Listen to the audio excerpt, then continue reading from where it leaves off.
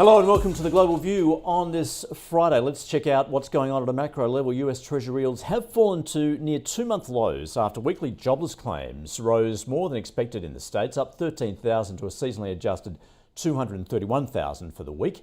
The jobless increasing, further raising expectations the Fed will not need to tighten monetary policy any further.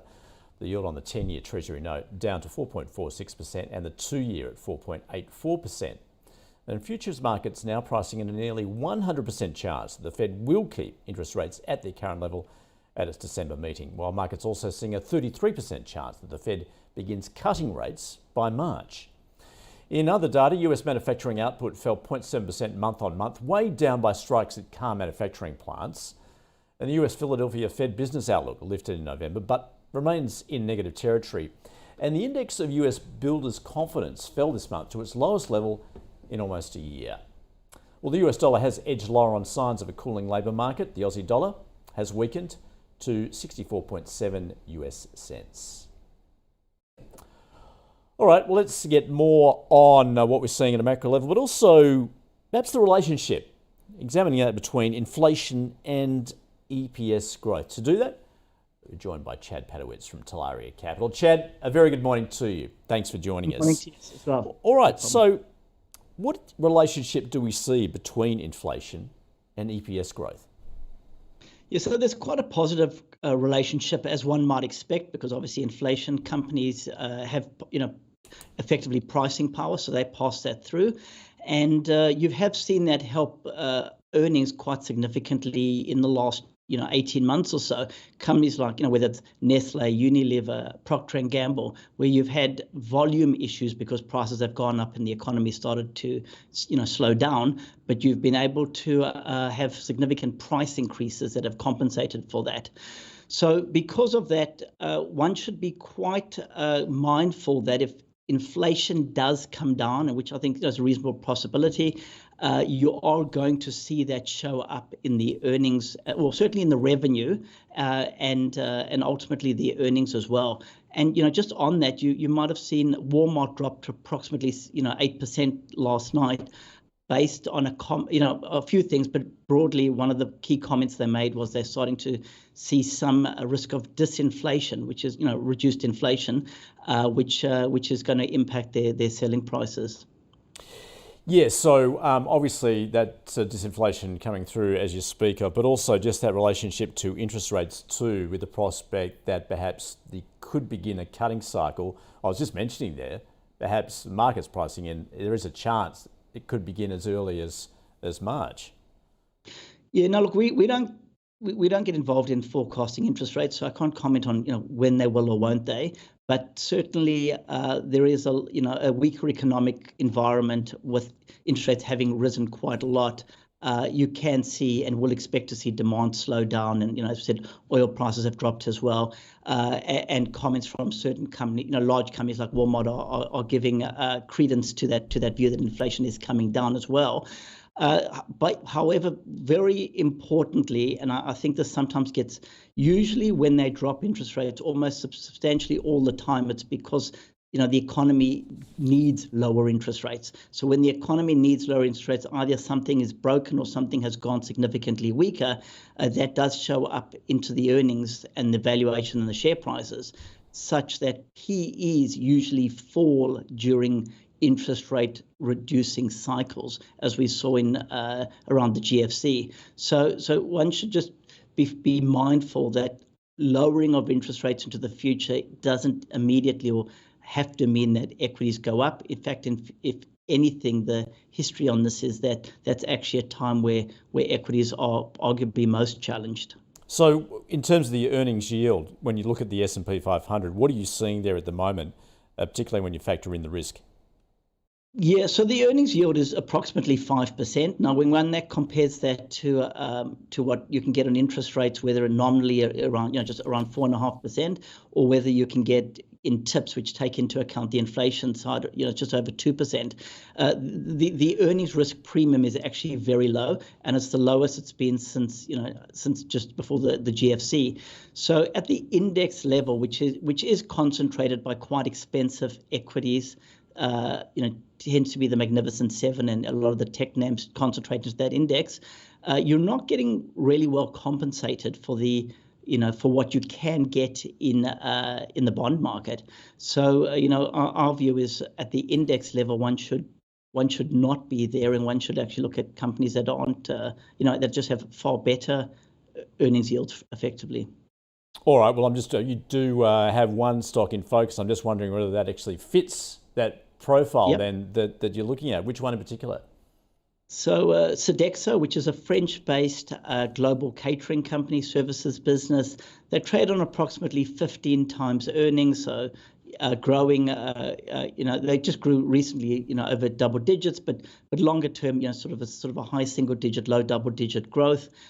Very good balance sheet, stable margins. So that's sort of earnings yield, which is sort of around the 7% range with that level of growth.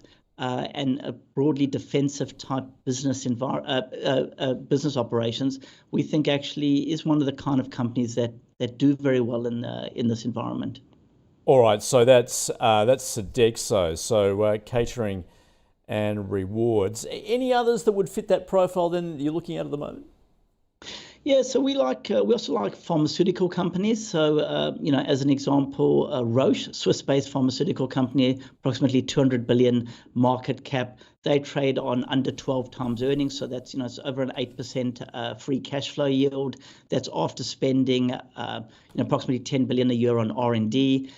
We think the entire existing business is covered by the share price. So all of the R&D you're not really paying for. They're not really economically sensitive. They're not impacted by interest rates or inflation either side in any great way. So, that's another business that in a tougher economic environment, you're getting very well compensated and should do very well. Chad, thanks for talking us through that relationship between inflation and EPS growth. Thanks for joining us from Talaria Capital. You're welcome. Thank you. Bye-bye. All right, so we're just talking about those falling yields. I caught up earlier with Tony Crescenzi from PIMCO, talking us through that, the effects, and also how China and US relations impact the bond market. You mentioned a lot of volatility, but more in the direction that favors bond investors. We've seen the yield on the US 10-year drop from about 5% just a couple of weeks ago to about 4.45% today in the States. That's a significant decline. So what are the causes of it? Well, for one, investors are quite pessimistic. And whenever there's excessive pessimism in any market, or even optimism, the markets will tend to snap in the other direction when there's a catalyst. The catalyst this time was, of course, news on moderating inflation in the United States and even around the globe. The news looks pretty good. It does seem that the world is on a path to disinflation, a declining inflation rate, with the inflation rate in the United States moving from call it around 6% to about 4%. So, but think about that number, Andrew. 4% is still rather high, even though recent data are better. We would caution on the extent of enthusiasm that bond investors should have in chasing yields downward. All of that said, we do think the peak in yield is probably already been seen, but investors should remember any movement away from a big trend can often be a process and not an event. And so we're not so sure yet, and it could bounce around, as you said, significant volatility. But the key to the story in the end is moderating inflation and signs that economic growth finally is slowing in much of the world to allow for that disinflation. Yeah, and a lot of this, of course, the catalyst being that latest data we're seeing, particularly out of the States. And again, we got the latest jobless claims number. That saw those yields come off as well. So, Tony, you're saying perhaps we have seen the peak. Does it have the capacity, though, to continue falling from this point if that data shows that the US economy is indeed continuing to slow? Well, looking at the shortest yields, which of course are set, you could say, by the Federal Reserve, whereas the long-term interest rates are simply a combination of plays, bets, views on short-term interest rates over a period of time, call it for 10-year, 10 one-year views to be straight. But looking at a short-term treasury like a two-year Treasury, it's in the high fours right now. The Fed's policy rate is about 5.4%. So it's lower than that. So that means an investor is speculating that the policy rate will ultimately come down over that two-year period. While we agree that's likely and that there will be cuts, we think, in the second half of the year, the markets are positioned for, based on pricing, the Fed to cut its policy rate on May 1st when it meets May 1st of next year. And we think that's a little too soon because what it suggests then is that the markets think the Fed will give in quickly to a slowdown in the economy. We're not so sure. And so we think that for yields to decline meaningfully from here, investors would have to be correct about their assumptions about the Fed. And secondly, there would need to be some new propulsion, which is to say, perhaps an acceleration in the deceleration in the economy, but that's not clear. You mentioned jobless claims; they're up. It's important in terms of the picture for bonds, but they're still at levels that are as low as they've been seen since 1969. And I'm saying this in terms of the applications for unemployment insurance. This is without taking into consideration population changes. So it's still extraordinarily low. Jobless rate is still low in the U.S., 3.9%. And so it's tough to see a significant drop in yield from here, although granted, they could decline a little more. And Tony, what are we seeing with weaker credit growth at the moment, both in the States but also in Europe as well? And Joe, it's a really important part of the puzzle because we have to remember, I don't want to get too wonky here, but the world operates in what's called a fractional reserve banking system. We all know that when each of us as depositors puts our money in a bank, the bank will hold on to some of that, but they'll lend out more than they take in a sense. So they're highly leveraged, call it 7 or 8 to 1.